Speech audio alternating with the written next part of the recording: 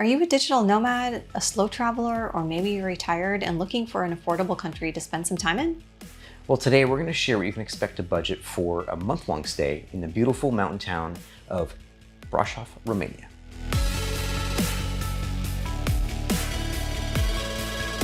Welcome to the Nomadic Abundance podcast, slow travel tips and inspiration for living an abundant life abroad. So we're Joel and Michelle, we're the Wandering Hartz, and we've been traveling full-time since 2019. Now we're actually on a mission to help incorporate slow or even full-time travel seamlessly into your work or retirement life for a more abundant lifestyle. Today we're going to talk about what it's like to live in Brasov, Romania. We're going to go over the cost of living. So if you're a digital nomad, a part-time expat, or a full-time travel couple like us, and you're looking to maybe spend some time in Brasov, we hope that this will help you out. If you're not familiar with Romania, it's actually located in the eastern part of Europe and has recently become a full member of the Schengen area. So we actually spent 1 month living in Brasov, Romania, which is about 2.5 hours train ride north of Bucharest, and that's right in the Transylvania region, surrounded by the Carpathian Mountains. It was actually our first time visiting the country, and we will definitely be going back. We actually arrived to Romania, or to Brasov, actually from Sofia, Bulgaria, and we actually took the train there, which was an interesting experience. We did that during August, which is the hottest month of the year. So needless to say, it was a very hot and sweaty ride. You don't have to get there that way. You can, of course, fly into Bucharest. There's buses that you can take as well. There's lots of ways to get there. But if you are interested in see what that train ride is like, we did do a video that you can check out. So before we get into our cost of living for Brasov, make sure you like and subscribe if you're looking for more information about slow traveling. We also have a newsletter you can sign up for. We send out weekly tips about living a more abundant lifestyle by traveling abroad. Now, before we get into the costs of living as a slow traveler, we just want to give you a really quick disclaimer. These are going to be, of course, just estimates only, but they do include food, accommodations, and local transportation.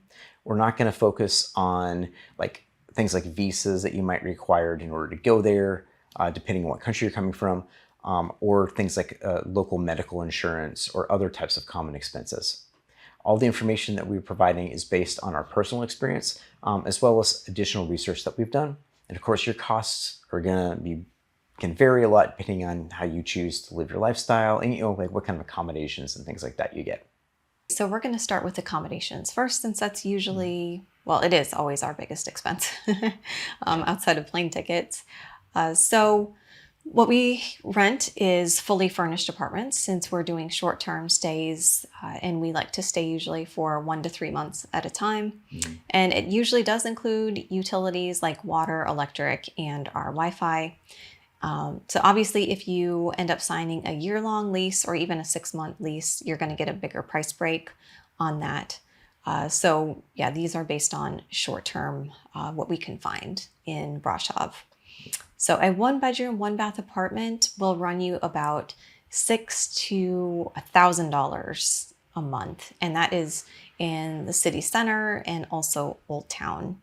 So if you stay a little bit further out, we've found that you can do a little bit better on pricing on that. If you're booking on Airbnb, I would expect to pay on the higher end of that price range.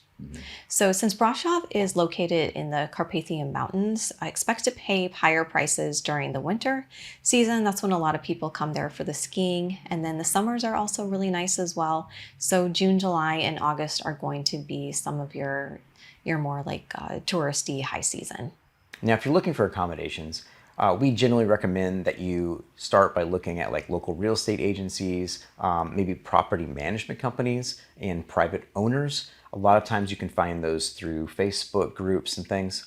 But you can also find stuff through your typical booking platforms like Flat.io, VBRO, and Booking.com as well.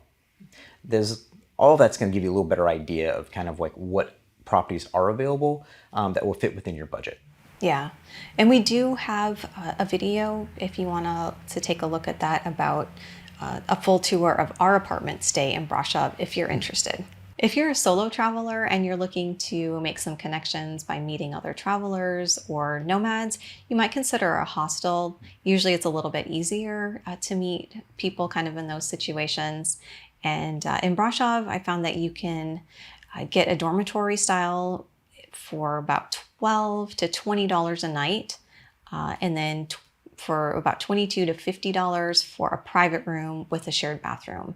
A lot of them also do include complimentary breakfast, so that might help you cut down on some of your expenses for food. Now, of course, if you're just coming for a short stopover, like a couple days or a week or so, then you can look into hotels. And in Brasov, there's quite a lot of hotel options available.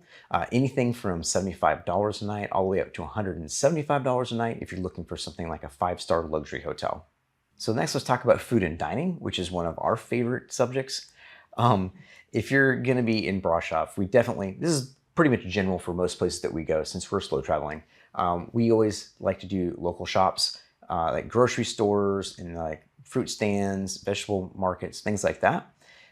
You can find a lot of quite affordable produce, as well as grocery prices, which we found actually either comparable or even a little bit cheaper than what you can find like back in the United States. Now, so as far as the way we usually do it, we generally eat breakfast at home and then also do lunches at home as well. So as an example, if you're to eat breakfast at home and maybe 3 or 4 lunches out during the week, you can expect to pay maybe about $320 to $400 a month on groceries for 2 people. Now, if you're just a solo traveler, then you might look into somewhere about half of that, $160 to $200 per person.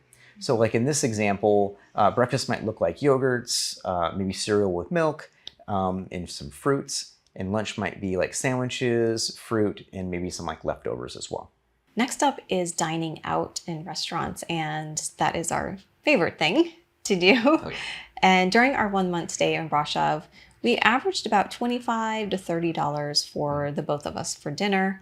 That was usually at a mid-range restaurant where we each had a drink, and that includes tax and tip. Higher end restaurants, you can expect to pay probably around $40 to $60 for 2 people with a drink.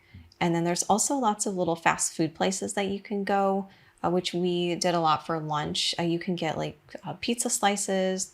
There's lots of pastries with like ham and cheese and sausages. You can get sandwiches with a drink, and those usually average about $3 to $15 for 2 people. There's also a lot of really little cute cafes that serve smoothies, coffee, lots of juices. And coffees average around $2.50 to $3.50 for a latte or a cappuccino. So I feel like that's all pretty reasonable. Mm-hmm. So now let's talk about transportation. First off, Brasov is actually really, really walkable, which is pretty much our primary mode of transportation there. But they do have like lots of other like taxis and ride shares are also available too, as well as a city bus. So as far as like that bus is concerned, to ride the bus in Brasov, you can get tickets at the kiosks for 5 lei, which is a little over $1, or a day pass will get you at like 12 lei, which is about $2.50 US. You can also download a monthly pass on the 24 Pay app, which for like 80 lei, which is about $17 US. As far as taxis and ride shares, we found that they're actually really reasonably priced. And as far as ride shares, there's 2 main ride shares you can get. One's a Bolt, and then the other one is Uber. Now, we use Bolt mostly, just usually because we find it's on average a little bit cheaper than Uber in a lot of places. And this is also true for Romania. Our rides averaged anywhere from $3 to $7 just to get like across town, which is, we thought, pretty reasonably priced as well. Now, another way to get around is through the trains. And they've got a pretty good train system in Romania. And it's really good, especially if you're going city to city. For instance, like when we went from Bucharest to Brasov, that way we did a one-way ticket on that, which was first class, and that was $23.42. And if I remember right, the second class ticket was like maybe $8 less, I think. I think so. Something like that. Yeah. But they're also really, really comfortable, both second class as well as the first class too. Mm-hmm.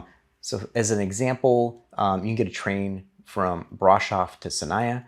It's about an hour-long ride, and tickets for that range anywhere from like $5.50 US to $7, again, depending on what kind of class that you book.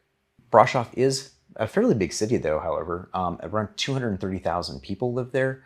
And like I said, it is quite walkable though. So especially if you're going to be staying in around the old town or city center area.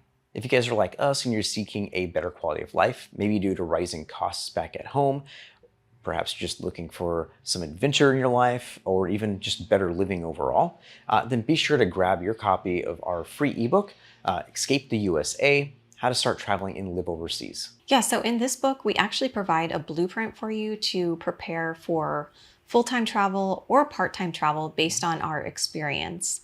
There is a discount code in the book for you for our Nomadic Abundance membership. So when you're ready to start your slow travel journey, it'll be there for you. So now that we've gone over some of those main costs, we want to provide just a couple other examples for you. For instance, for mobile phone and data, of course, if you want the cheapest option available, local SIM cards are almost always the best option there. And of course, they give you usually some minutes, local minutes as well. So as far as those physical SIM cards, the two most popular carriers are Orange and Vodafone.